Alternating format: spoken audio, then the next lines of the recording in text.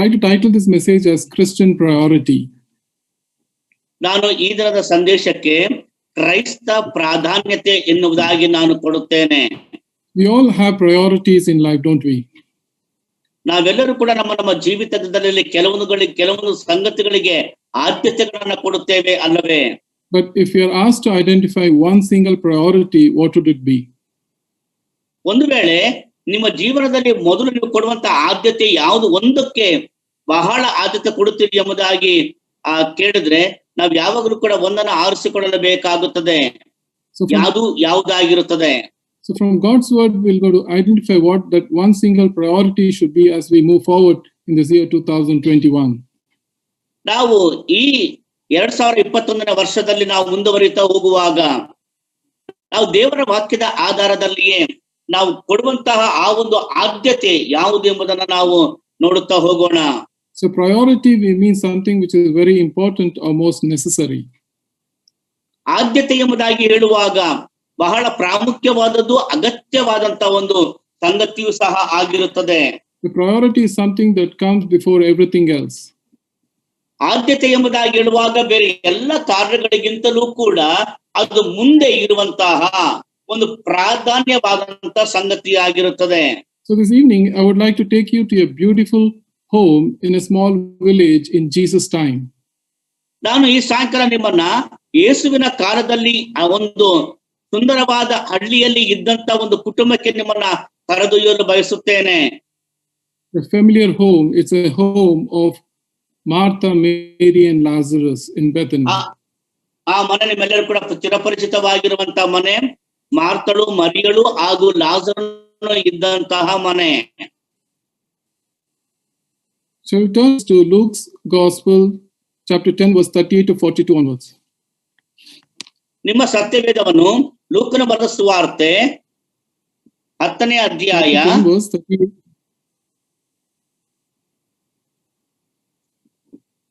verse 38 to 42.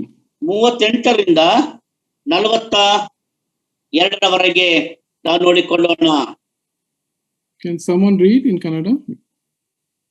ಆ ವಾಕ್ಯ ಭಾಗವನ್ನ ಕನ್ನಡದಲ್ಲಿ ಯಾರಾದ್ರೂ ಗಟ್ಟಿಯಾಗಿ ಓದ್ತೀರಾ?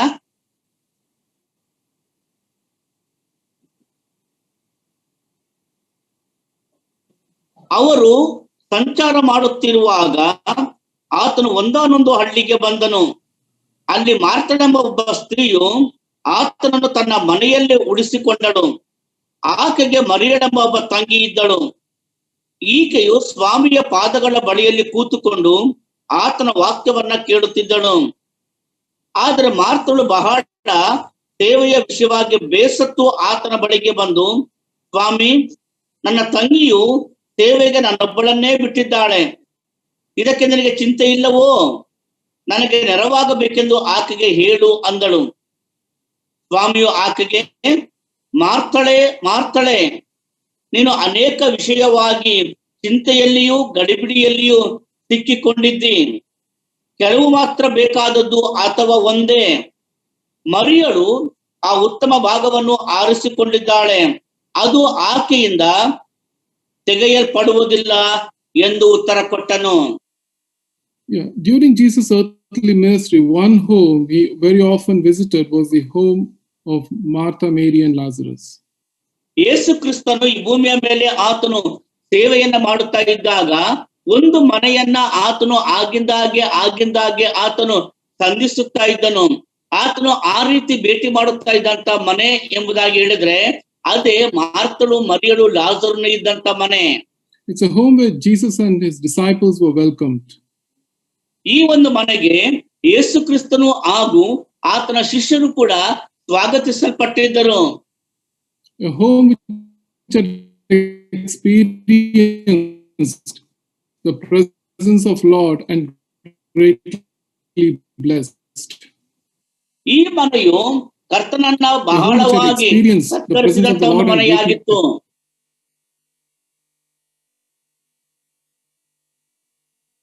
A home which had experienced great miracles. Lazarus was being made alive. ಈ ಒಂದು ಮನೆಯು ಕರ್ತನಿಂದ ಅದು ಬಹಳ ದೊಡ್ಡದಾದ ಒಂದು ಅದ್ಭುತವನ್ನ ಅದು ಅನುಭವಿಸಿದಂತ ಮನೆಯಾಗಿತ್ತು. ಸತ್ತು ಹೋಗಿದ್ದ ಲಾಜರನು ತಿರುಗಿ ಜೀವಿಸಿ ಬಂದನು. You see, it was a home of hospitality. ಈ ಒಂದು ಮನೆಯು ಅತಿಥಿ ಸತ್ಕಾರದ ಮನೆಯಾಗಿತ್ತು. So Jesus' visit to this home of Martha and Mary gives us some very important instruction today. ಕರ್ತನಾಗಿರುವಂತಹ ಯೇಸು ಕ್ರಿಸ್ತನು ಮಾರ್ಥ ಮರಿಯಳ ಮನೆಯನ್ನ ಆತನು ಸಂಧಿಸಿದನು. ಆ ಒಂದು ಮನೆಯ ವಿಷಯದಲ್ಲಿ ಕೆಲವೊಂದು ಆ ಒಂದು ಉತ್ತಮವಾದಂತಹ ಸಲಹೆಗಳನ್ನು ನಾವು ಕಾಣುತ್ತೇವೆ. As Jesus came to the village, we see Martha welcomed Jesus into her home. ಯೇಸು ಈ ಹಳ್ಳಿಗೆ ಬಂದಾಗ ಮಾರ್ಥಳು ಆ ಮನೆಗೆ ಹೋಗಿ ಆತನನ್ನ ಮನೆಯಲ್ಲಿ ಇಳಿಸಿಕೊಂಡಳು. So as Jesus begins to teach, we see Mary seated at the feet and listening to his words. ಆತನು ಅವರ ಮನೆಯಲ್ಲಿ ಕುಳಿತುಕೊಂಡು ದೇವರ ವಾಕ್ಯವನ್ನ ಆತನು ಹೇಳುವಾಗ ಮರಿಯಳು ಆತನ ಪಾದಗಳ ಬಳಿಯಲ್ಲಿ ಕುಳಿತು ವಾಕ್ಯವನ್ನ ಕೇಳಿಸಿಕೊಳ್ಳುತ್ತಿದ್ದಳು. We see Mary sitting as close or as near as possible so that she didn't want to miss any single word from Jesus' lips. ಮರಿಯಳು ಆಕೆಯು ಯೇಸುವಿನ ಪಾದಗಳ ಬಳಿ ಎಷ್ಟು ಹತ್ತಿರದಲ್ಲಿ ಕುಳಿತಿದ್ದಳೆಂದರೆ ಯೇಸುವಿನ ಬಾಯಿಂದ ಬಂದಂತ ಒಂದೇ ಒಂದು ಪದವನ್ನು ಕೂಡ ಕಳೆದುಕೊಳ್ಳುವುದಕ್ಕೆ ಆಕೆಗೆ ಮನಸ್ಸಿರಲಿಲ್ಲ. Women were not allowed to sit during rabbis ensured that women were not supposed to sit very close. ಆದರೆ ಆ ದಿನಗಳಲ್ಲಿ ಇದ್ದಂತಹ ಯಹೂದ್ಯರ ಒಂದು ಶುದ್ಧಾಚಾರದ ಪ್ರಕಾರದಲ್ಲಿ ನೋಡುವುದಾದರೆ ರಬ್ಬಿಯ ಹತ್ತಿರ ಯಾರು ಕೂಡ ಕುಳಿತುಕೊಳ್ಳುವಂತಿರಲಿಲ್ಲ. They were supposed to sit in the women's section. ಅವರು ಕೇವಲ ಸ್ತ್ರೀಯರೆಲ್ಲರೂ ಕೂಡ ಕುಳಿತುಕೊಳ್ಳುತ್ತಾ ಇದ್ದಂತಹ ಆ ವಿಭಾಗದಲ್ಲಿ ಮಾತ್ರವೇ ಕುಳಿತುಕೊಳ್ಳಲಿಕ್ಕೆ ಅನುಮತಿ ಇತ್ತು. So her position indicates the interest she was to hear the word from the Lord. ಆದ್ರೆ ಈ ಮರಿಯಳು ಯೇಸುವಿನ ಪಾದಗಳ ಬಳಿಯಲ್ಲಿ ಕುಳಿತದನ್ನ ನೋಡುವಾಗ ಆಕೆ ದೇವರ ಸ್ವರವನ್ನ ಕೇಳಿಸಿಕೊಳ್ಳುವುದರಲ್ಲಿ ಎಷ್ಟು ಆಸಕ್ತಳಾಗಿದ್ದಳು ಎಂಬುದನ್ನು ತೋರಿಸಿಕೊಡುತ್ತದೆ. We are not sure how many people were there with Jesus. Most probably Jesus and his disciples and family put together, they could be about 18 to 20 numbers. ಯೇಸು ಆ ಮನೆಗೆ ಬಂದಾಗ ಎಷ್ಟು ಜನ ಇದ್ರು ಗೊತ್ತಿಲ್ಲ. ಪ್ರಾಯಶಃ ಯೇಸುವಿನ ಶಿಷ್ಯರು ಮತ್ತು ಮಾರ್ತಾ, ಮರಿಯಳು, ಲಾಜರ್ನ ಮನೆಯವರು ಅಥವಾ ಒಂದು ಕಡೆ ಬೇರೆ ಯಾರಿದ್ರೆ ಹೆಚ್ಚು ಕಡಿಮೆ ಸುಮಾರು 18 ರಿಂದ 20 ಜನ ಆ ಮನೆಯಲ್ಲಿ ಇದ್ದಿರಬಹುದು. So with all the advancement today, it's really difficult to cook for ourselves. ನೋಡುವಾಗ ಆ ರೀತಿಯಲ್ಲಿ ನಾವು ಇಂದಿನ ದಿನಮಾನಗಳಲ್ಲಿ ಆ ರೀತಿಯಾದಂತಹ ರೀತಿಯಲ್ಲಿ ಕುಳಿತುಕೊಳ್ಳುವುದು ಬಹಳ ಕಷ್ಟಕರವಾದದ್ದೇ. It's difficult to cook for ourselves. ನೋಡುವಾಗ ನಮಗೆ ನಮ್ಮ ಮನೆಗೆ ಅಷ್ಟು ಜನಕ್ಕೆ ಅಡಿಗೆ ಮಾಡಿಕೊಡೋದು ಬಹಳ ಕಷ್ಟ. So just imagine those days there's no gas or the electric stove or the microwave that we have today. ಆ ದಿನಗಳಲ್ಲಿ ಇವತ್ತಿನ ಹಾಗೆ ನವೀನ ಕಾಲದ ಸೌಲಭ್ಯಗಳಾದ ಆ ಒಂದು ಗ್ಯಾಸ್ ಇರಲಿಲ್ಲ. ಅದೇ ರೀತಿಯಲ್ಲಿ ಯಾವುದೇ ರೀತಿಯಾದಂತಹ ಆ ಶೇಖರಿಸಿಡುವಂತಹ ಬಿಸಿ ಬಿಸಿಯಾಗಿರುವಂತಹ ಓವನ್ ಇರಲಿಲ್ಲ, ಯಾವುದೇ ಗ್ಯಾಸ್ ಸಿಲಿಂಡರ್ ಇರಲಿಲ್ಲ. ಈ ರೀತಿಯಾದಂತಹ ಯಾವುದೇ ಒಂದು ಸೌಲಭ್ಯಗಳು ಆ ದಿನಗಳಲ್ಲಿ ಇರಲಿಲ್ಲ. They had to use the firewood or the stone grinders. It was not an easy job. ಆ ದಿನಗಳ ನೋಡುವಾಗ ಅವರು ಕೇವಲ ಕಟ್ಟಿಗೆಗಳನ್ನ ಬಳಸಿಯೇ ಅವರು ಅಡಿಗೆನ ಮಾಡಬೇಕಾಗಿತ್ತು. ಅದು ಸಹ ಸುಲಭದ ಕಾರ್ಯವಾಗಿರಲಿಲ್ಲ. So from this passage we understand Martha was bothered about so many things. ನಾವು ಈ ವಾಕ್ಯ ಭಾಗನ ಅರ್ಥ ಮಾಡಿಕೊಳ್ಳುವುದೇನಂತ ಹೇಳಿದ್ರೆ ಮಾರ್ಥಳು ಅನೇಕ ವಿಷಯಗಳಲ್ಲಿ ಆಕೆ ತಲೆ ಕೆಡಿಸಿಕೊಂಡವಳಾಗಿದ್ದಳು. Probably thinking about the food to be prepared or the table has to be prepared. She was just bothered about so many things. ಆಹಾರ ಸಿದ್ಧ ಮಾಡಬೇಕು, ಅದನ್ನ ಊಟದ ಆ ಒಂದು ಟೇಬಲ್ ಮೇಲೆ ಎಲ್ಲ ಸಿದ್ಧಪಡಿಸಬೇಕು ಎನ್ನುವಂತ ಈ ಸಂಗತಿಗಳ ಕುರಿತಾಗಿ ಮಾರ್ಥಳು ಬಹಳವಾಗಿ ಚಿಂತಿತಳಾಗಿದ್ದಳು. So which made her, literally got her distracted from hearing the word of God. ಈ ಎಲ್ಲ ಕಾರ್ಯಗಳನ್ನ ನೋಡುವಾಗ ಈ ಎಲ್ಲ ಕಾರ್ಯಗಳು ಆಕೆ ಕರ್ತನ ಬಾಯಿಂದ ಬರುವಂತಹ ಕರ್ತನ ಮಾತುಗಳನ್ನ ಕೇಳಿಸಿಕೊಳ್ಳುವುದಕ್ಕೆ ಅಡ್ಡಿಯಾಗಿತ್ತು, ತಡೆಯಾಗಿತ್ತು. So what Martha was doing, by no means it was a bad thing. ನೋಡುವಾಗ ಆ ಮಾತ್ರ ಏನ್ ಮಾಡ್ತಾ ಇದ್ದಾನೆ ಇವತ್ತು ಯಾವುದೇ ಕಾರಣಕ್ಕೂ ಕೂಡ ಈ ಒಂದು ಆ ದಿನವನ್ನ ಬಿಡಬಾರದು, ಕರ್ತನಿಗೆ ಸತ್ಕರಿಸುವುದನ್ನ ಬಿಡಬಾರದು ಎಂಬುದಾಗಿ ಆಕೆ ಇದ್ದಳು.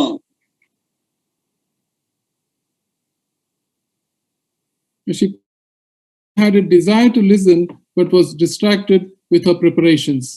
ಆಕೆ ಕರ್ತನ ಬಾಯಿಂದ ಬರುವಂತ ಮಾತನ್ನು ಕೇಳಿಸಿಕೊಳ್ಳುವುದಕ್ಕೆ ಆಸಕ್ತಳಾಗಿದ್ದಳು.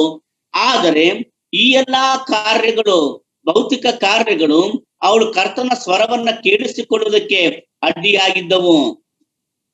But there's nothing wrong with hospitality, because the Bible commands us that we have to practice hospitality in Romans chapter 12 verse 13. ನಾವು ಈ ರೀತಿ ಅತಿಥಾರ ಮಾಡುವಂತದ್ದು ತಪ್ಪು ಎಂಬುದಾಗಿ ದೇವರ ವಾಕ್ಯ ಹೇಳುತ್ತಾ ಇಲ್ಲ. 12ನೇ 13ನೇ ವಚನ ನೋಡುವಾಗ ಅಲ್ಲಿ ದೇವರ ವಾಕ್ಯ ಎಲ್ಲಾ ವಿಶ್ವಾಸಗಳಿಗೆ ಪ್ರೋತ್ಸಾಹಿಸುತ್ತದೆ, ಅತಿಥಿ ಸತ್ಕಾರವನ್ನ ಅಭ್ಯಾಸ ಮಾಡ್ರಿ ಎಂಬುದಾಗಿ ದೇವರ ವಾಕ್ಯ ಹೇಳುತ್ತದೆ. So as we read this passage, probably Martha is thinking that I am working so hard here, where there are a lot of guests, but here we see Mary sitting at the feet of Jesus without any care for her. ಅನ್ನುವಾಗ ಈಗ ಮಾರ್ತಳು ಯೋಚನೆ ಮಾಡ್ತಾಳೆ, ನಾನು ಇಷ್ಟೆಲ್ಲ ತಲೆ ಕೆಡಿಸ್ಕೊಂಡು ಮಾಡ್ತಾ ಇದ್ದೀನಿ, ಆದ್ರೆ ಯಾವುದೇ ಒಂದು ಹಿತಚಿಂತನೆ, ಯಾವುದೇ ಒಂದು ಆರೈಕೆಯ ಭಾವನೆ ಇಲ್ಲದೆ ಮರಿಯಳು ಆತನ ಪಾದಗಳ ಬಳಿಯಲ್ಲಿ ಕುಳಿತಿದ್ದಾಳಲ್ಲ ಎಂಬುದಾಗಿ ಆಕೆಯ ಮನಸ್ಸಿನಲ್ಲಿ ಬಂತು. So Martha here develops an attitude of sinful pride. ಮಾರ್ತಳು ಆಕೆ ಆ ಒಂದು ಪಾಪಮಯವಾದಂತಹ ಅಹಂಕಾರ ಅಥವಾ ಗರ್ವದ ಭಾವನೆಯನ್ನ ತನ್ನನ್ನು ಬೆಳೆಸಿಕೊಳ್ಳುತ್ತಾಳೆ. She starts thinking, I am doing all the job here, and we see Mary just sitting at the feet. She doesn't have any concern for her. ನಾನೇ ಎಲ್ಲ ಕೆಲಸ ಮಾಡ್ತಾ ಇದ್ದೇನೆ, ಮರಿಯಳನ್ನ ನೋಡಿ ಯಾವ ಚಿಂತೆ ಇಲ್ಲ, ಯಾವ ಒಂದು ಆರೈಕೆ ಇಲ್ಲ, ಅವಳು ಹೋಗಿ ಯೇಸುವಿನ ಪಾದ ಬಳಿಯಲ್ಲಿ ಕುಳಿತಿದ್ದಾಳಲ್ಲ ಎಂಬುದಾಗಿ ತನ್ನ ಬಗ್ಗೆ ತಾನೇ ಆಕೆ ಆ ಹೆಮ್ಮೆ ಪಟ್ಟುಕೊಂಡು ಮಾತಾಡುವವಳಾಗಿದ್ದಳು. So that led her to several other kind of evil. ಈ ಒಂದು ಕಾರ್ಯವು ಹೆಮ್ಮೆ ಪಟ್ಟುಕೊಂಡದೆ ಅನೇಕ ಕೆಟ್ಟ ಸಂಗತಿಗಳಿಗೆ ಆಕೆಯನ್ನ ಪ್ರೇರೇಪಿಸುವಂತದ್ದಾಗಿತ್ತು, ನಡೆಸುವಂತದ್ದಾಗಿತ್ತು.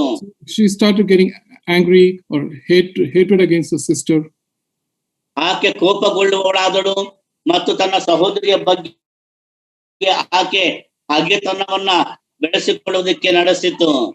So when our priorities gets altered, our attitudes does too. ಯಾವಾಗ ನಾವು ಕೊಡುವಂತ ಆದ್ಯತೆಗಳು ಬದಲಾಗುತ್ತವೆಯೋ ಆಗ ನಮ್ಮ ಮನೋಭಾವವು ಕೂಡ ನಮ್ಮ ಒಂದು ನಡವಳಿಕೆಯು ಕೂಡ ಏನಾಗ್ತದೆ ಅಂದ್ರೆ ಬದಲಾಗುತ್ತಾ ಹೋಗುತ್ತದೆ. So even she starts losing her joy in her service to the Lord. ಅದರ ಮೂಲಕವಾಗಿ ಆಕೆ ಕರ್ತನಿಗೆ ಮಾಡುವಂತ ಸೇವೆಯಲ್ಲಿಯೂ ಕೂಡ ಆಕೆ ಸಂತೋಷವನ್ನ ಕಳೆದುಕೊಂಡಳು. So she gets upset, she becomes angry. ಆಕೆ ಬಹಳ ಬೇಗನೆ ಬೇಸರಗೊಂಡಳು, ಬಹಳ ಬೇಗನೆ ಕಳವಳಕ್ಕೆ ಒಳಗಾದಳು. How she could have expressed her anger? ಆಕೆ ತನ್ನ ಕೋಪವನ್ನ ಹೇಗೆ ಆಕೆ ವ್ಯಕ್ತಪಡಿಸಿದಳು ಮತ್ತು ಅನುಭವಿಸಿದಳು. So we know in our homes, our sisters or our mothers, how they express anger when they are in the kitchen. ನಾವು ತಮ್ಮ ಸಹೋದರಿಯರು ಅಡಿಗೆ ಮನೆಯಲ್ಲಿದ್ದಾಗ ಅವರು ತಮ್ಮ ಕೋಪವನ್ನ ಯಾವ ರೀತಿಯಲ್ಲಿ ತೀರಿಸಿಕೊಳ್ಳುತ್ತಾರೆ ಎಂಬುದು ನಮಗೆಲ್ಲರಿಗೂ ಕೂಡ ಗೊತ್ತಿದೆ. We can easily identify they're really angry when they're in the kitchen. ಅವರು ಅಡಿಗೆ ಮನೆಯಲ್ಲಿದ್ದಾಗ ಇವತ್ತು ನಿಜವಾಗಿ ಅವರು ಕೋಪಗೊಂಡಿದ್ದಾರೆ ಎಂಬುದಾಗಿ ಪುರುಷರು ಬಹಳ ಸುಲಭವಾಗಿ ಅವರು ಕಂಡುಹಿಡಿಯಬಹುದು. Because there are a lot of noise that comes out of kitchen, right? ಯಾಕಂದ್ರೆ ಅಡಿಗೆ ಮನೆಯಿಂದ ಬಹಳ ದೊಡ್ಡ ದೊಡ್ಡ ಶಬ್ದಗಳು ಬರುತ್ತಾ ಇರುತ್ತವೆ. Especially with all the utensils being smashed into the basin. ಯಾಕಂದ್ರೆ ಅಡಿಗೆ ಮನೆಯಲ್ಲಿ ಪಾತ್ರೆ ತೊಳೆಯುವಂತ ಬೇಸಿನೊಳಗೆ ಪಾತ್ರೆಗಳು ದಡದಡ ಅಂತ ಬೀಳುವಾಗ ಆ ಶಬ್ದವೇ ನಮಗೆ ಹೇಳ್ತದೆ ಇವತ್ತು ಬಹಳ ಸಿಟ್ಟಲ್ಲಿದ್ದಾರೆ ಎಂಬುದಾಗಿ. Similarly, Martha would have tried some indirect methods to express her anger. ಬಹುಶಃ ಈ ಮಾರ್ತಳು ತನಗಿದಂತ ಕೋಪವನ್ನ ತೋರಿಸುವುದಕ್ಕಾಗಿ ಆಕೆ ಬೇರೆ ವಿಧಾನಗಳಿಂದ ಆಕೆ ತೋರಿಸಿರಬಹುದು. Indirect means to tell Mary probably she needed some help in the kitchen. ನೋಳೆ ಮರಿಯಳಿಗೆ ಸ್ವಲ್ಪ ಸಹಾಯ ಬೇಕೆಂಬುದಾಗಿ ನೇರವಾಗಿ ಕೋಪದಿಂದ ಕೇಳಿರಬಹುದು. Probably she could have walked briskly a few times to distract Mary so that she could come and help her. ಒಂದು ವೇಳೆ ಆಕೆ ಬಹಳ ವೇಗವಾಗಿ ಕೋಪದಿಂದ ಆಕೆ ಓಡಾಡುತ್ತಾ ಇದ್ದಿರಬಹುದು. ಆಗ ಮರಿಯಳು ಯೇಸುವಿನ ಪಾದದಲ್ಲಿ ಕೇಳುತ್ತಾ ಇದ್ದಂತಹ ಮಾತುಗಳನ್ನ ಆ ಒಂದು ವೇಳೆ ಅಡ್ಡಿಪಡಿಸುವಂತಹ ರೀತಿಯಲ್ಲಿ ಆಕೆ ನಡೆದಾಡುತ್ತಾ ಇದ್ದಿರಬಹುದು. So when all this failed, she comes to Jesus. ಈ ಎಲ್ಲಾ ರೀತಿಯಾದ ಒತ್ತಡಗಳನ್ನ ಇಟ್ಟುಕೊಂಡು ಆಕೆ ಯೇಸುವಿನ ಬಳಿಗೆ ಬರುತ್ತಾಳೆ. And she starts complaining against Mary. ಆಕೆ ಯೇಸುವಿನ ಬಳಿಗೆ ಬಂದು ಮರಿಯಳ ಮೇಲೆ ಆಕೆ ಆ ಒಂದು ದೂರನ್ನ She ಇಡುತ್ತಾಳೆ. says, "Do you really not care for me?" ಆಕೆ ಬಂದು ಹೇಳುವಂತ ಮಾತೇನಂತ ಹೇಳಿದ್ರೆ ಅಲ್ಲಿ ಹೇಳ್ತಾಳೆ ಅಂದ್ರೆ ಆಕೆ, ಸ್ವಾಮಿ ನಿನಗೆ ನನ್ನ ಮೇಲೆ ಯಾವುದೇ ಒಂದು ಹಿತಚಿಂತನೆ ಇಲ್ಲವೇ ಎಂದು ಕೇಳುತ್ತಾಳೆ. But she really knew how Jesus loved Mary, Martha, and Lazarus. She ಮಾರ್ತಳಿಗೆ but in ಗೊತ್ತಿತ್ತು spite of that, she ಯೇಸು ಕ್ರಿಸ್ತನು ಮರಿಯಳನ್ನ, ಮಾರ್ತಳನ್ನ, ಲಾಜರನನ್ನ ಎಷ್ಟರ ಮಟ್ಟಿಗೆ ಪ್ರೀತಿ ಮಾಡುತ್ತಾ ಇದ್ದಾನೆ ಎಂಬುದು ಆಕೆಗೂ ಸಹ ಗೊತ್ತಿತ್ತು. prayed for me.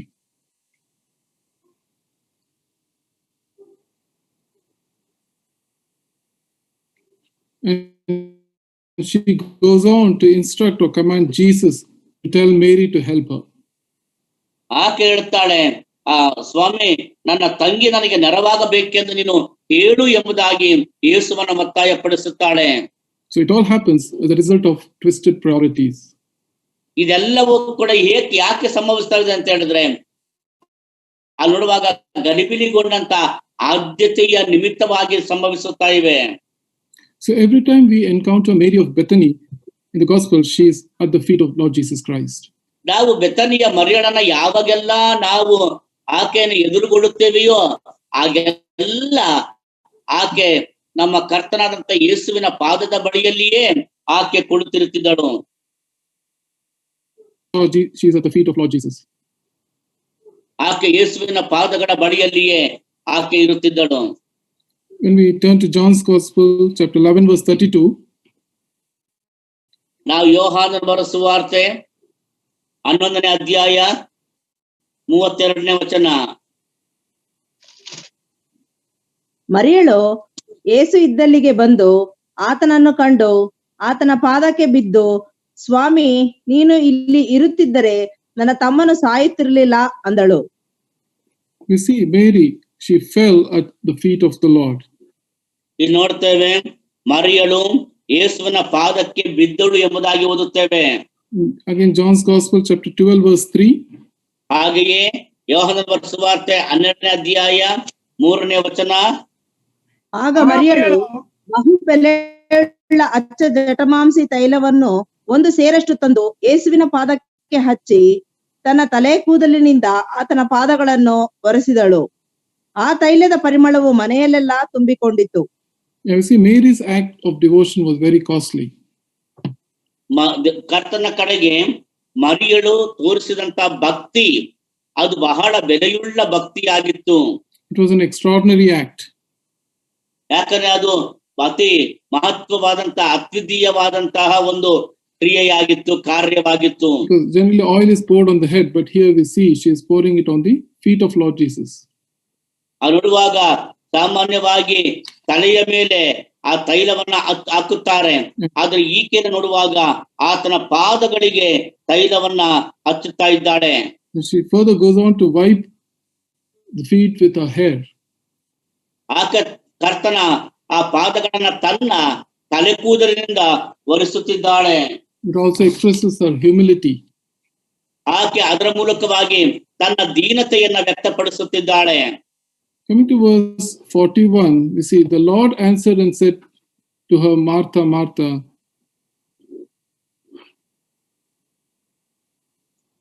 ನಾವು 41ನೇ ವಚನಕ್ಕೆ ಬಂದಾಗ ಕರ್ತನಾಗಿರುವಂತ ಯೇಸು ಕ್ರಿಸ್ತನು ಹೇಳ್ತಾನೆ, ಸ್ವಾಮಿಯು ಆಕೆಗೆ, ಮಾರ್ತಳೆ ಮಾರ್ತಳೆ, ನೀನು ಅನೇಕ ವಿಷಯವಾಗಿ ಚಿಂತೆಯಲ್ಲಿಯೂ ಗಡಿಬಿಡಿಯಲ್ಲಿಯೂ ಸಿಕ್ಕಿಕೊಂಡಿದ್ದಿ. ಕೆಲವು ಮಾತ್ರ ಬೇಕಾದದ್ದು ಅಥವಾ ಒಂದೇ.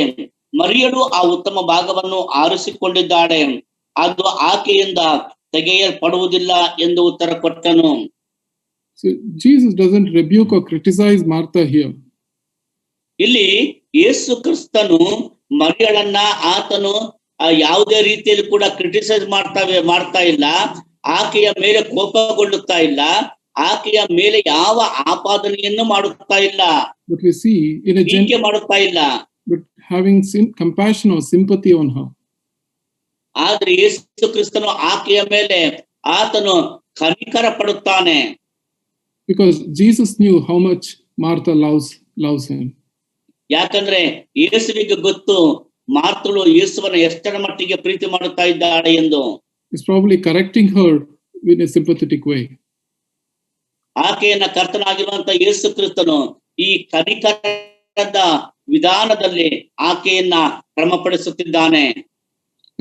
And through these women, especially Mary, the Lord teaches us an important instruction.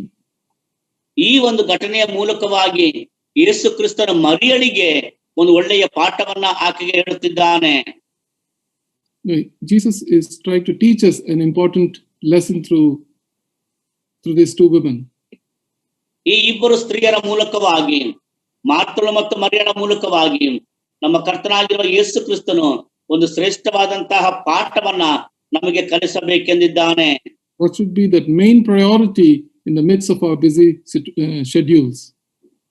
ನಮಗಿರುವಂತಹ ಬಹಳ ಬಿಸಿಯಾದಂತಹ ಈ ಒಂದು ಕಾರ್ಯಕ್ರಮಗಳ ನಡುವೆ, ನಾವು ಬಹಳವಾಗಿ ಬ್ಯುಸಿಯಾಗಿರುವಂತಹ ಈ ಜೀವಿತದ ನಡುವೆ ನಮಗಿರುವಂತಹ ಆದ್ಯತೆ ಯಾವುದು? That is sitting at the feet, which Jesus calls one necessary thing, and that's a good part, he says. ಯೇಸುವಿನ ಪಾದಗಳ ಬಳಿಯಲ್ಲಿ ಕುಳಿತುಕೊಳ್ಳುವುದೇ ಒಂದು ಪ್ರಧಾನವಾದಂತಹ ಪ್ರಾಮುಖ್ಯವಾದಂತಹ ಒಂದು ಆದ್ಯತೆಯಾಗಿರುತ್ತದೆ.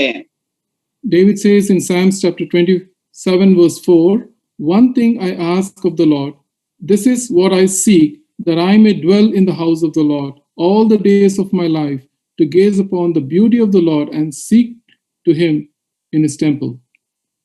ಕೀರ್ತನೆಗಳ ಪುಸ್ತಕ 27ನೇ ಕೀರ್ತನೆ 4ನೇ ವಚನದಲ್ಲಿ ದಾವೀದನು ಈ ರೀತಿ ಹೇಳುತ್ತಾನೆ, ನನ್ನ ಜೀವಮಾನದಲ್ಲೆಲ್ಲ ಯೆಹೋವನ ಮನೆಯಲ್ಲಿ ವಾಸ ಮಾಡುತ್ತಾ ಆತನ ಪ್ರಸನ್ನತೆಯನ್ನು ನೋಡುವುದಕ್ಕೂ ಆತನ ಮಂದಿರದಲ್ಲಿ ಧ್ಯಾನ ಮಾಡುವುದಕ್ಕೂ ನನಗೆ ಅಪ್ಪಣೆಯಾಗಬೇಕೆಂಬ ಒಂದೇ ವರವನ್ನು ಯೆಹೋವನಿಂದ ಕೇಳಿಕೊಂಡು ಅದನ್ನೇ ಎದುರು ನೋಡುತ್ತಿರುವೆನು.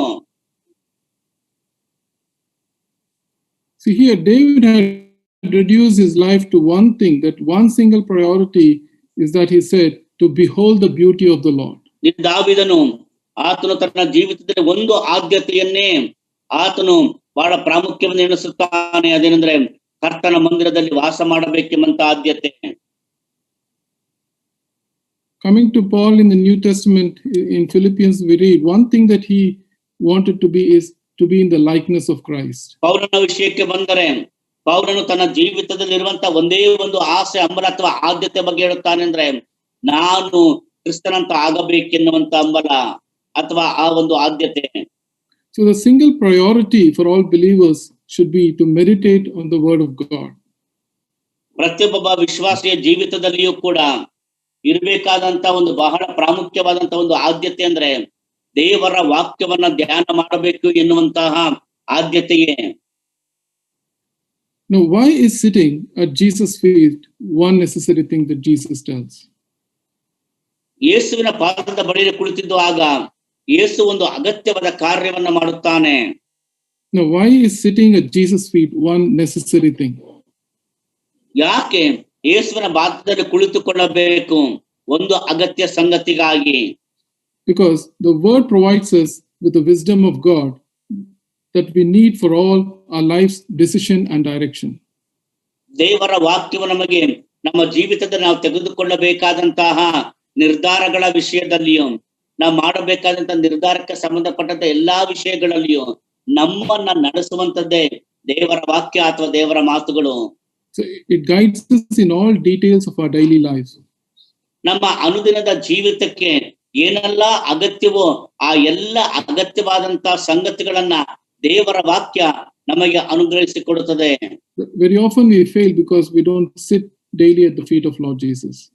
ಅನೇಕ ಸಾರಿ ನಾವು ಸೋತು ಹೋಗ್ತೀವಿ. ಯಾಕಂದ್ರೆ ಅನುದಿನವೂ ದೇವರ ಪಾದ ಸನ್ನಿಧಿಯಲ್ಲಿ ನಾವು ಕುಳಿತುಕೊಳ್ಳದೆ ಹೋಗುತ್ತೇವೆ. Proverbs urges people to get wisdom. ಜ್ಞಾನೋಕ್ತಿಗಳ ಪುಸ್ತಕವು ಅದು ಜನರಿಗೆ ದೇವರ ತಿಳುವಳಿಕೆಯನ್ನ ಹೊಂದಿಕೊಳ್ಳಬೇಕೆಂದು ಕರೆ ಕೊಡುತ್ತದೆ. Because it's worth more than silver or gold. ಆ ಒಂದು ಮಾತುಗಳು ಬೆಳ್ಳಿ ಬಂಗಾರಕ್ಕಿಂತಲೂ ಶ್ರೇಷ್ಠವಾದವುಗಳು. And we see in New Testament, it refers to Christ as the wisdom of God. ಹೊಸ ಒಡಂಬಡಿಕೆಯನ್ನು ನೋಡುವಾಗ ಹೊಸ ಒಡಂಬಡಿಕೆಯು ನಮ್ಮ ಕರ್ತನಾಗಿರುವಂತ ಯೇಸು ಕ್ರಿಸ್ತನೇ ನಮಗೆ ದೇವರ ಜ್ಞಾನವಾಗಿದ್ದಾನೆ ಎಂಬುದಾಗಿ ತಿಳಿಸುತ್ತದೆ. There's 1 Corinthians chapter 1 verse 30. ಮೊದಲನೇ ಕೊರಿಂಥ ಪತ್ರಿಕೆ ಮೊದಲನೇ ಅಧ್ಯಾಯ ಅದರ 30ನೇ ವಚನವು ನಮಗೆ ಆ ರೀತಿಯಲ್ಲಿ ಹೇಳುತ್ತದೆ. Coming to 2 Peter chapter 1 verse 3. ಎರಡನೇ ಪೇತ್ರನ ಪತ್ರಿಕೆ 1ನೇ ಅಧ್ಯಾಯ 3ನೇ ವಚನ. It says, God has given us everything we need for life and godliness in His world. ನಮ್ಮನ್ನು ತನ್ನ ಪ್ರಭಾವದಿಂದಲೂ ಗುಣಾತಿಶಯದಿಂದಲೂ ಕರೆದ ದೇವರ ವಿಷಯವಾಗಿ ಯೇಸುವಿನ ದಿವ್ಯ ಶಕ್ತಿಯು ನಮಗೆ ಪರಿಜ್ಞಾನವನ್ನು ಕೊಟ್ಟದರಲ್ಲಿ ಜೀವಕ್ಕೂ ಭಕ್ತಿಗೆ ಬೇಕಾದದೆಲ್ಲವೂ ದೊರೆಯಿತೆಂದು ಬರೆಯವಷ್ಟೇ. And we are very familiar verse 2 Timothy chapter 3:15 to 17. We see all scripture is inspired by God, profitable for teaching and reproof, for correction and training in righteousness, that the man of God may be adequate, equipped for every good work. 2 ತಿಮೋಥೆಯನ ಪತ್ರಿಕೆ 3ನೇ ಅಧ್ಯಾಯ 16 ಮತ್ತು 17ನೇ ವಚನ. ದೈವ ಪ್ರೇರಿತವಾದ ಪ್ರತಿಯೊಂದು ಶಾಸ್ತ್ರವು ಉಪದೇಶಕ್ಕೂ, ಖಂಡನೆಗೂ, ತಿದ್ದುಪಾಟಿಗೂ, ನೀತಿ ಶಿಕ್ಷೆಗೂ ಉಪಯುಕ್ತವಾಗಿದೆ. ಅದರಿಂದ ದೇವರ ಮನುಷ್ಯನು ಪ್ರವೀಣನಾಗಿ ಸಕಲ ಸತ್ಕಾರ್ಯಕ್ಕೆ ಸನ್ನದ್ಧನಾಗುವನು ಎಂದು ಬರೆದಿದೆ. Peter, when he writes 1 Peter chapter 2 verse 2, he says, like newborn babies to long a crave for the pure milk of word, by that we may grow. ಅನ್ನುವಾಗ ಮೊದಲನೇ ಪೇತ್ರನ ಪತ್ರಿಕೆ 2ನೇ ಅಧ್ಯಾಯ 2ನೇ ವಚನಕ್ಕೆ ಬರುವಾಗ ದೇವರ ವಾಕ್ಯ ಹೇಳುತ್ತದೆ, ಎಲ್ಲ ತರದ ನಿಂದೆಯನ್ನು ವಿಸರ್ಜಿಸಿ ಹಸು ಮಕ್ಕಳಂತೆ ಪಾರಮಾರ್ಥಿಕವಾದ ಶುದ್ಧ ಹಾಲನ್ನು ಬಯಸಿರಿ, ಅದರಿಂದ ಬೆಳೆಯುತ್ತಾ ರಕ್ಷಣೆಯನ್ನ ಹೊಂದುವಿರಿ. So why is Jesus telling one thing that is necessary? Because the word of God provides us the wisdom of God. ಯಾಕೆ ಕರ್ತನಾಗಿರುವಂತ ಯೇಸು ಕ್ರಿಸ್ತನು ಆ ಒಂದು ಸಂಗತಿ ಬಹಳ ಪ್ರಾಮುಖ್ಯವಾದದ್ದು ಎಂಬುದಾಗಿ ಹೇಳುತ್ತಾನಂತಂದ್ರೆ, ದೇವರ ವಾಕ್ಯವು ಅಥವಾ ದೇವರ ಜ್ಞಾನವು ನಮಗೆ ಬೇಕಾದಂತಹ ತಿಳುವಳಿಕೆಯನ್ನು ಕೊಡುತ್ತದೆ. Secondly, why that one thing is necessary? Because the word puts us in communication or the relationship with the true and the living God. ಯಾಕೆ ಆ ಒಂದು ಸಂಗತಿ ಬಹಳ ಪ್ರಾಮುಖ್ಯ ಅಂತ ಹೇಳಿದ್ರೆ, ಆ ವಿಷಯವೇ ನಾವು ನಿಜವಾದಂತ ದೇವರ ಅನ್ಯೋನ್ಯತೆ ಮತ್ತು ಐಕ್ಯತೆ ಮತ್ತು ನಿಜವಾದಂತ ಸಂಬಂಧದಲ್ಲಿ ನಮ್ಮನ್ನ ನಡೆಸುವಂತದ್ದಾಗಿರುತ್ತದೆ. You see, Mary sitting at Jesus' feet and listening to His word implies a communication or a fellowship with the Lord. ಮರಿಯಳು ಆಕೆಯು ಕರ್ತನಾಗಿರುವಂತಹ ಯೇಸು ಕ್ರಿಸ್ತನ ಪಾದದಲ್ಲಿ ಕುಳಿತಿದ್ದಂತಹ ಸಂಗತಿಯನ್ನು ನೋಡುವಾಗ ಅದು ನಮಗೆ ದೇವರೊಂದಿಗೆ ಇದ್ದಂತಹ ಸಂಬಂಧ ಮತ್ತು ಅನ್ಯೋನ್ಯತೆಯನ್ನ ತೋರಿಸಿಕೊಡುತ್ತದೆ. Spending time in the word by meditating or listening and even in prayer is to meet and commune with the Lord. ದೇವರ ವಾಕ್ಯವನ್ನು ಧ್ಯಾನ ಮಾಡುವುದು, ದೇವರ ವಾಕ್ಯವನ್ನ ಓದುವುದು, ಅದೆಲ್ಲವೂ ಕೂಡ ದೇವರೊಂದಿಗೆ ನಾವು ಸಂಪರ್ಕವನ್ನ ಹೊಂದಿಕೊಂಡಿರಲಿಕ್ಕೂ ದೇವರೊಂದಿಗೆ ಅನ್ಯೋನ್ಯತೆಯನ್ನು ಸ್ಥಾಪಿಸಿಕೊಂಡು ಜೀವಿಸಲಿಕ್ಕೂ ನಮಗೆ ಸಹಾಯ ಮಾಡುತ್ತದೆ. It is impossible to communicate or pray without knowing and believing the word of God. ದೇವರ ವಾಕ್ಯವನ್ನ ತಿಳಿದುಕೊಳ್ಳದೆ, ದೇವರ ವಾಕ್ಯವನ್ನ ನಂಬದೆ ನಾವು ದೇವರೊಂದಿಗೆ ಅನ್ಯೋನ್ಯತೆಯನ್ನ ಹೊಂದಿಕೊಳ್ಳಲಿಕ್ಕೆ ಸಾಧ್ಯವಾಗುವುದಿಲ್ಲ. We see in John's chapter Gospel 15 verse 7, if you remain in me and my words remain in you, you ask whatever you wish and be given to you. So when we remain, ಯೋಹಾನ ಬರೆಸುವಾರ್ತೆ 15ನೇ ಅಧ್ಯಾಯ 7ನೇ ವಚನದಲ್ಲಿ, ನೀವು ನನ್ನಲ್ಲಿಯೂ ನನ್ನ ವಾಕ್ಯಗಳು ನಿಮ್ಮಲ್ಲಿ ನೆಲೆಗೊಂಡಿದ್ದರೆ ಏನು ಬೇಕಾದ್ರೂ ಬೇಡಿಕೊಳ್ಳಿರಿ, ಅದು ನಿಮಗೆ ದೊರಕುವುದು ಎಂಬುದಾಗಿ ಕರ್ತನಾಗಿರುವ ಯೇಸು ಕ್ರಿಸ್ತನು ತಾನೇ ಹೇಳಿದ್ದಾನೆ. thirdly, why that one thing is necessary? Because it puts off the life pressure in proper direction. ಯಾಕೆ ಆ ಒಂದು ಕಾರ್ಯ ಬಹಳ ಪ್ರಾಮುಖ್ಯವಾದ ಎಂಬುದಾಗಿ ಹೇಳುವಾಗ ಅದು ನಮ್ಮ ಜೀವಿತವನ್ನ ಸರಿಯಾದ ಮಾರ್ಗದಲ್ಲಿ ನಿರ್ದೇಶಿಸಿ ನಡೆಸುವಂತದ್ದಾಗಿದೆ. ಆ ಉತ್ತಮ ಭಾಗ. Because our life is filled with a lot of pressures. If you want to overcome that pressure or even to overcome self, we require the word of God. ನಮ್ಮ ಜೀವಿತದಲ್ಲಿ ಬಹಳ ಒತ್ತಡಗಳಿವೆ. ಈ ಎಲ್ಲ ಒತ್ತಡಗಳ ನಡುವೆ ನಾವು ಈ ಒತ್ತಡಗಳನ್ನ ಜಯಿಸಿ ನಾವು ಮೇಲಕ್ಕೆ ಬರಬೇಕಾದ್ರೆ ನಮಗೆ ಬಹಳ ಪ್ರಾಮುಖ್ಯವಾದದ್ದು ಆ ಒಂದು ಉತ್ತಮ ಭಾಗ ಅಂದ್ರೆ ದೇವರ ವಾಕ್ಯ. So we understand from the life of Martha, she was really stressed because of all the preparation she had to make. ಮಾರ್ತಳು ತನ್ನ ಜೀವಿತದಲ್ಲಿ ಆಕೆ ಮಾಡುತ್ತದಂತ ಆ ಒಂದು ಎಲ್ಲಾ ಸಿದ್ಧತಾ ಕಾರ್ಯಗಳ ನಿಮಿತ್ತವಾಗಿ ಬಹಳ ಒತ್ತಡಕ್ಕೆ ಒಳಗಾಗಿದ್ದಳು. Because she probably would have been stressed from the day she heard that Jesus will be coming to her home. ಆಕೆ ಯೇಸು ಯಾವಾಗ ತನ್ನ ಮನೆಗೆ ಬರುತ್ತಾನೆಂಬುದಾಗಿ ಕೇಳಿಸಿಕೊಂಡಳು, ಆ ಹೊತ್ತಿನಿಂದ ಆಕೆ ಬಹಳವಾಗಿ ಆಕೆ ಒತ್ತಡಕ್ಕೆ ಒಳಗಾಗಿದ್ದಿರಬೇಕು. And because of all this pressure, she lost her focus. ಈ ಎಲ್ಲ ಒತ್ತಡಗಳ ನಿಮಿತ್ತವಾಗಿ ಆಕೆ ತನ್ನ ಉದ್ದೇಶವನ್ನೇ ಮರೆತು ಬಿಟ್ಟಳು. Even we see she became more of self-centeredness. ಅದು ಆಕೆ ಸ್ವಾರ್ಥಿಯಾಗುವಂತೆ ಮಾಡಿತು. Which led to be more irritated and distracted and even lost her joy in serving the Lord. ಆಕೆ ಬಹಳವಾಗಿ ಕಿರಿಕಿರಿ ಆಕೆಗೆ ಉಂಟಾಗಿ ಆಕೆ ಕರ್ತನಿಗೆ ಆ ಉಪಚಾರ ಮಾಡುವಂತ ವಿಷಯದಲ್ಲಿಯೂ ಇದ್ದಂತ ಸಂತೋಷವನ್ನ ಆಕೆ ಕಳೆದುಕೊಂಡಳು. So one way to overcome self-life is by regularly sitting at the feet of Lord Jesus Christ. ನಾವು ಎಲ್ಲ ಸಂಗತಿಗಳ ಮೇಲೆ ನಾವು ಜಯವನ್ನು ಸಾಧಿಸಬೇಕಾದ್ರೆ, ಎಲ್ಲ ಒತ್ತಡಗಳ ಮೇಲೆ ನಾವು ಜಯವನ್ನು ಸಾಧಿಸಬೇಕಾದ್ರೆ ಬಹಳ ಪ್ರಾಮುಖ್ಯವಾದಂತ ಆ ಒಂದು ಉತ್ತಮ ಭಾಗ ಯಾವುದು ಅಂದ್ರೆ ಕರ್ತನ ಪಾದಗಳ ಬಳಿಯಲ್ಲಿ ಕುಳಿತು ಆತನ ವಾಕ್ಯಗಳನ್ನ ಧ್ಯಾನ ಮಾಡುವುದೇ. So we see in Galatians chapter 5 verse 20-23, one of the fruit of the Spirit is self-control.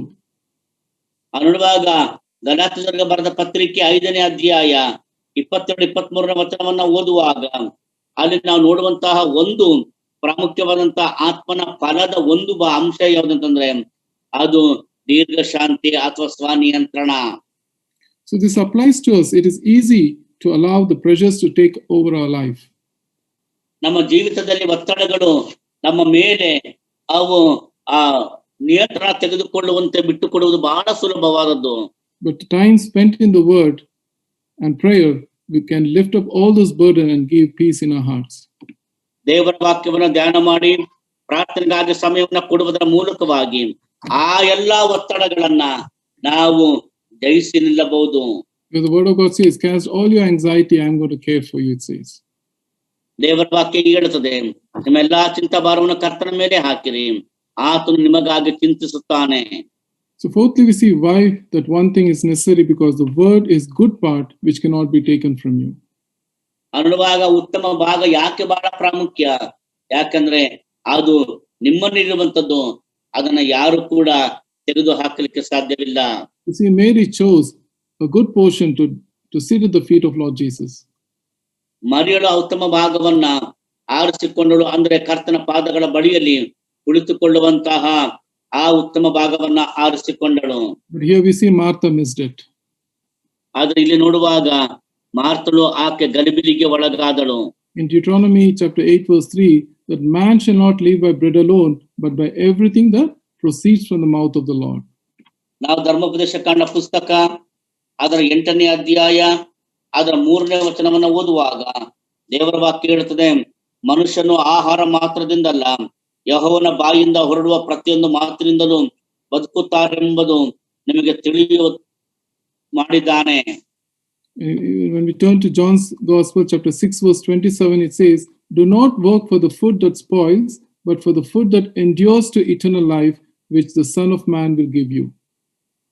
ಯೋಹಾನ ಸುವಾರ್ತೆ 6ನೇ ಅಧ್ಯಾಯ ಅದರ 27ನೇ ವಚನಕ್ಕೆ ಬರುವಾಗ ದೇವರ ವಾಕ್ಯವು ಹೀಗೆ ಹೇಳುತ್ತದೆ, ದುಡಿಯಿರಿ, ಕೆಟ್ಟು ಹೋಗುವ ಆಹಾರಕ್ಕಾಗಿ ದುಡಿಯಬೇಡಿರಿ, ನಿತ್ಯ ಜೀವಕ್ಕೆ ಉಳಿಯುವ ಆಹಾರಕ್ಕಾಗಿ ದುಡಿಯಿರಿ.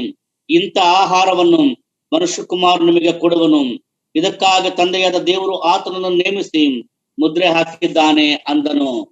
So we can lose everything in life, but we won't lose the time that we have spent with the Lord. ಅನ್ನುವಾಗ ನಮ್ಮ ಜೀವಿತದಲ್ಲಿ ನಾವು ಅನೇಕ ಸಂಗತಿಯನ್ನು ಕಳೆದುಕೊಳ್ಳುತ್ತೇವೆ, ಆದ್ರೆ ನಾವು ದೇವರ ಪಾದಗಳ ಬಳಿಯಲ್ಲಿ ಕುಳಿತು ಕೊಳ್ಳುವಂತದ್ದು ಅದು ನಾವು ಗಳಿಸುವುದಕ್ಕಾಗಿಯೇ. So we can lose everything in life, but the time that we have spent with the Lord cannot be lost. ಜೀವನ ನಾವೆಲ್ಲವನ್ನು ಕೂಡ ನಾವು ಏನನ್ನ ಬೇಕಾದ್ರೂ ಕಳಕೊಳ್ಳಬಹುದು. ಕರ್ತನ ಪಾದಗಳ ಬಳಿಯಲ್ಲಿ ಕುಳಿತುಕೊಂಡಂತಹ ಆ ಒಂದು ಸಮಯ ಅದು ಎಂದಿಗೂ ಕೂಡ ನಷ್ಟವಾಗುವುದಿಲ್ಲ. We see, as Paul says in Romans chapter 8, verse 35 and 37, nothing, trouble, hardship, persecution, famine, nakedness, danger, sword, not even death itself or dominic powers can separate us from the love of God. ರೋಮಪತ್ರಿಕೆ 8:35 ವಚನ, ಕ್ರಿಸ್ತನ ಪ್ರೀತಿಯಿಂದ ನಮ್ಮನ್ನ ಅಗಲಿಸುವರು ಯಾರು? ಕಷ್ಟವೋ, ಸಂಕಟವೋ, ಹಿಂಸೆಯೋ, ಅನ್ನವಿಲ್ಲದಿರುವುದೋ, ವಸ್ತ್ರವಿಲ್ಲದಿರುವುದೋ, ಗಂಡಾಂತರವೋ, ಖಡ್ಗವೋ ಎಂಬುದಾಗಿ ಪ್ರಶ್ನೆ ಮಾಡುತ್ತಾನೆ.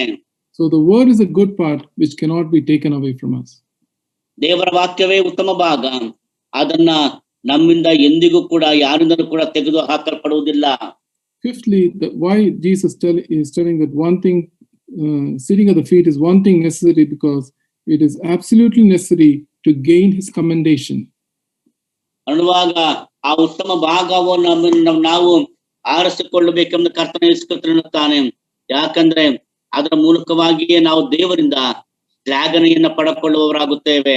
So in verse 42 we are told that our Lord commended Mary for sitting at the feet and hearing his word. ನೋಡುವಾಗ ಆ ಒಂದು ಲೂಕನ ಸುವಾರ್ತೆಯಲ್ಲಿ 42ನೇ ವಚನ ನೋಡುವಾಗ, ಮರಿಯಳು ಆತನ ಪಾದಗಳ ಬಳಿಯಲ್ಲಿ ಕುಳಿತಿದ್ದಕ್ಕೆ ಆತನು ಆಕೆಯನ್ನ ಶ್ಲಾಘಿಸುತ್ತಾನೆಂದು ಓದುತ್ತೇವೆ. So nothing pleases him more than sitting at the feet of Lord Jesus. ಕರ್ತನಾಗಿರೋ ಯೇಸುವಿನ ಪಾದಗಳ ಬಳಿಯಲ್ಲಿ ಕುಳಿತುಕೊಳ್ಳುವುದಕ್ಕಿಂತಲೂ ಕೂಡ ಹೆಚ್ಚಿನದಾಗಿ ಬೇರೆ ಎಲ್ಲಿಯೂ ಕೂಡ ನಾವು ಗಳಿಸಲಾರೆವು. He is pleased with our service, but most of the time he is pleased with a humble submission to him. ನೋಡುವಾಗ ಅನೇಕ ಕಾರ್ಯಗಳ ವಿಷಯದಲ್ಲಿ ಸಂತೋಷ ಪಡುತ್ತೇವೆ, ಕರ್ತನ ಸಂತೋಷ ಪಡುತ್ತಾನೆ. ಆದ್ರೆ ಹೆಚ್ಚಿನ ಸಮಯ ಆತನ ಪಾದಗಳಲ್ಲಿ ಕುಳಿತುಕೊಳ್ಳುವುದನ್ನ ಆತನು ಹೆಚ್ಚಾಗಿ ಅಭಿನಂದಿಸುತ್ತಾನೆ, ಸಂತೋಷಿಸುತ್ತಾನೆ. So 5 things we saw why one sitting at the feet of Lord Jesus is important is, firstly, it provides us wisdom from God. ನಾವು ಕರ್ತನ ಪಾದಗಳ ಬಳಿಯಲ್ಲಿ ಕುಳಿತುಕೊಳ್ಳುವ ಉತ್ತಮ ಭಾಗವನ್ನ ಯಾಕೆ ಆರಿಸಿಕೊಳ್ಳಬೇಕೆಂಬುದಕ್ಕೆ 5 ಸಂಗತಿಗಳನ್ನ ನೋಡಿದ್ದೇವೆ. ಮೊದಲನೇದಾಗಿ ಅದು ನಮಗೆ ದೇವರ ಜ್ಞಾನ ತಿಳುವಳಿಕೆಯನ್ನು ಕೊಡುತ್ತದೆ, which is needed for all our lives decision and direction. ನಮ್ಮ ಜೀವನದ ನಿರ್ಧಾರಗಳನ್ನು ತೆಗೆದುಕೊಳ್ಳುವಾಗ ಅದು ನಮಗೆ ಸಹಾಯ ಮಾಡ್ತಾರೆ, ನಮಗೆ ನಮ್ಮ ಜೀವನದ ಮಾರ್ಗದರ್ಶನವನ್ನ ನೀಡುತ್ತದೆ. Secondly, it puts us in relationship with the true and living God. ಅದು ಜೀವವುಳ್ಳ ದೇವರೊಂದಿಗೆ ನಮ್ಮನ್ನ ನಡೆಸುತ್ತದೆ, ಸಂಬಂಧವನ್ನ ಹೊಂದಿರುವಂತೆ ಮಾಡುತ್ತದೆ. Thirdly, we see the word puts us it puts off life's pressure and helps us to overcome self. ಅನ್ನುವಾಗ ನಮ್ಮ ಜೀವಿತದ ಒತ್ತಡಗಳನ್ನ ದಾಟಿ ನಾವು ಸ್ವಾರ್ಥವನ್ನ ಜಯಿಸುವಂತೆ ನಮಗೆ ಸಹಾಯ ಮಾಡುತ್ತದೆ. And we see the word is a good part which cannot be taken away from us. ಆ ಉತ್ತಮ ಭಾಗ ನಮ್ಮಿಂದ ತೆಗೆದುಕೊಳ್ಳಲ್ಪಡುವುದಿಲ್ಲ. And the word, we see, it's absolutely necessary to gain commendation from the Lord. ದೇವರಿಂದ ನಾವು ಶ್ಲಾಘನೆಯನ್ನು ಹೊಂದಬೇಕಾದರೆ ಆ ಉತ್ತಮ ಭಾಗವನ್ನು ನಾವು ಆರಿಸಿಕೊಳ್ಳುವಂತದ್ದೇ ಬಹಳ ಪ್ರಾಮುಖ್ಯ, ಅಗತ್ಯವಾದದ್ದು. So Jesus says that sitting at his feet and listening to his word is one necessary thing that he desires from us. Yesu Krista ನಮ್ಮಿಂದ ಬಯಸುವಂತದ್ದೇನೆಂದ್ರೆ, ನಾವು ಆತನ ಪಾದಗಳ ಬಳಿಯಲ್ಲಿ ಕುಳಿತು ಆತನ ಸ್ವರವನ್ನ ಕೇಳಿಸಿಕೊಳ್ಳಬೇಕೆಂಬುದನ್ನ ದೇವರು ನಮ್ಮಿಂದ ಬಯಸುವವನಾಗಿದ್ದಾನೆ. So it's not something we choose once for life, but should be done every day. ಅನ್ನುವಾಗ ಜೀವಿತದಲ್ಲಿ ಒಂದು ಸಾರಿ ಎಂಬುದಾಗಿ ಅಲ್ಲ, ಅನುದಿನವೂ ಕೂಡ ನಾವು ಕರ್ತನ ಪಾದಗಳ ಬಳಿಯಲ್ಲಿ ಕುಳಿತು ಆತನ ಸ್ವರವನ್ನ ಕೇಳಿಸಿಕೊಳ್ಳುವವರಾಗಿರಬೇಕು. So by which we can start building a better relationship with God and the people around. ಅದರ ಮೂಲಕ ನಾವು ದೇವರೊಂದಿಗೂ ನಮ್ಮ ಸುತ್ತಮುತ್ತಲಿರುವಂತಹ ಜನರೊಂದಿಗೂ ಉತ್ತಮ ಸಂಬಂಧವನ್ನ ನಾವು ಸ್ಥಾಪಿಸಿಕೊಳ್ಳಬಹುದು. So we'll have to check our priorities. What are they? Is there any twisted priority which is leading us away from the Lord, or am I really going closer to the Lord? ನಮ್ಮ ಜೀವಿತದ ಆದ್ಯತೆಗಳನ್ನ ನಾವು ಪರೀಕ್ಷೆ ಮಾಡಿಕೊಳ್ಳಬೇಕು. ನಮ್ಮ ಜೀವಿತ ನಾವು ಕೊಟ್ಟಂತ ಆದ್ಯತೆಗಳು ನಮ್ಮ ದೇವರಿಗೆ ಇನ್ನೂ ಸಮೀಪಸ್ಥರನ್ನಾಗಿ ಮಾಡುತ್ತವೆಯಾ, ಅಥವಾ ನಮ್ಮನ್ನು ದೇವರಿಂದ ದೂರ ಹೋಗುವಂತೆ ಮಾಡುತ್ತವೆಯಾ? So let us get our priority right. ನಾವುಗಳು ನಮ್ಮ ಜೀವಿತದ ಆದ್ಯತೆಗಳ ಬಗ್ಗೆ ನಾವು ಯೋಚನೆ ಮಾಡೋಣ. ಯಾವುದಕ್ಕೆ ಮೊದಲ ಆದ್ಯತೆ ಕೊಡಬೇಕೆಂಬುದಾಗಿ ನಾವು ತೀರ್ಮಾನ ಮಾಡಿಕೊಳ್ಳೋಣ. So the Bible says, if the man gains the whole world, loses his soul, what profiteth him? ಒಬ್ಬ ಮನುಷ್ಯನ ಲೋಕವನ್ನೆಲ್ಲ ಸಂಪಾದಿಸಿಕೊಂಡರು ತನ್ನ ಆತ್ಮ ನಷ್ಟಪಟ್ಟರೆ ಅವನಿಗೆ ಪ್ರಯೋಜನವೇನೆಂದು ದೇವರ ವಾಕ್ಯ ಹೇಳುತ್ತದೆ. choice is in front of us. ನಮಗೆ ಯಾವ ಆದ್ಯತೆ ನಾವು ಆರಿಸಿಕೊಳ್ಳುತ್ತೇವೆ. So according to God's word today, let us try to have a right priority which can have a right relationship with our Lord. ದೇವರ ವಾಕ್ಯ ಧ್ಯಾನ, ದೇವರ ವಾಕ್ಯವನ್ನು ನಾವು ತೆಗೆದುಕೊಳ್ಳುವುದಕ್ಕೆ ನಾವು ಮೊದಲ ಆದ್ಯತೆ ಕೊಟ್ಟವರಾಗಿ, ನಾವು ಕರ್ತನ ಸಹಪಾದ ಕುಳಿತವರಾಗಿ ದೇವರ ವಾಕ್ಯವನ್ನು ನಾವು ತೆಗೆದುಕೊಳ್ಳೋಣ. So let us know that one necessary thing that Lord desires is to be at the feet of Lord Jesus. ದೇವರು ನಮ್ಮಿಂದ ಒಂದನ್ನು ಆತನು ಬಯಸ್ತಾನೆ, ಒಂದು ಆದ್ಯತೆಯನ್ನು ನಾವು ಕೊಡಬೇಕೆಂದು ಬಯಸ್ತಾನೆ. ಅಂದ್ರೆ ನಾವು ನಮ್ಮ ಕರ್ತನ ಪಾದಗಳ ಬಳಿ ಕುಳಿತು ಆತನ ವಾಕ್ಯವನ್ನು ನಾವು ತೆಗೆದುಕೊಳ್ಳುವುದು ಅಥವಾ ಧ್ಯಾನ ಕೇಳಿಸಿಕೊಳ್ಳುವುದು. May God grant each one of us this desire in the coming year for the Lord. ಈ ವರ್ಷದಲ್ಲಿ ಕೂಡ ನಾವು ಪ್ರತಿಯೊಬ್ಬೊಬ್ಬರು ಕೂಡ ಆ ಒಂದು ಆದ್ಯತೆಯ ಹಂಬಲವನ್ನೇ ಹೊಂದಿಕೊಂಡು ಜೀವಿಸುವ ಹಾಗೆ ಕರ್ತನ ನಮಗೆ ಸಹಾಯ ಮಾಡಲಿ. May God bless this word. ದೇವರು ತಾನೇ ಈ ಮಾತುಗಳನ್ನ ನಮಗೆ ಆಶೀರ್ವದಿಸಿ ಕೊಡಲಿ.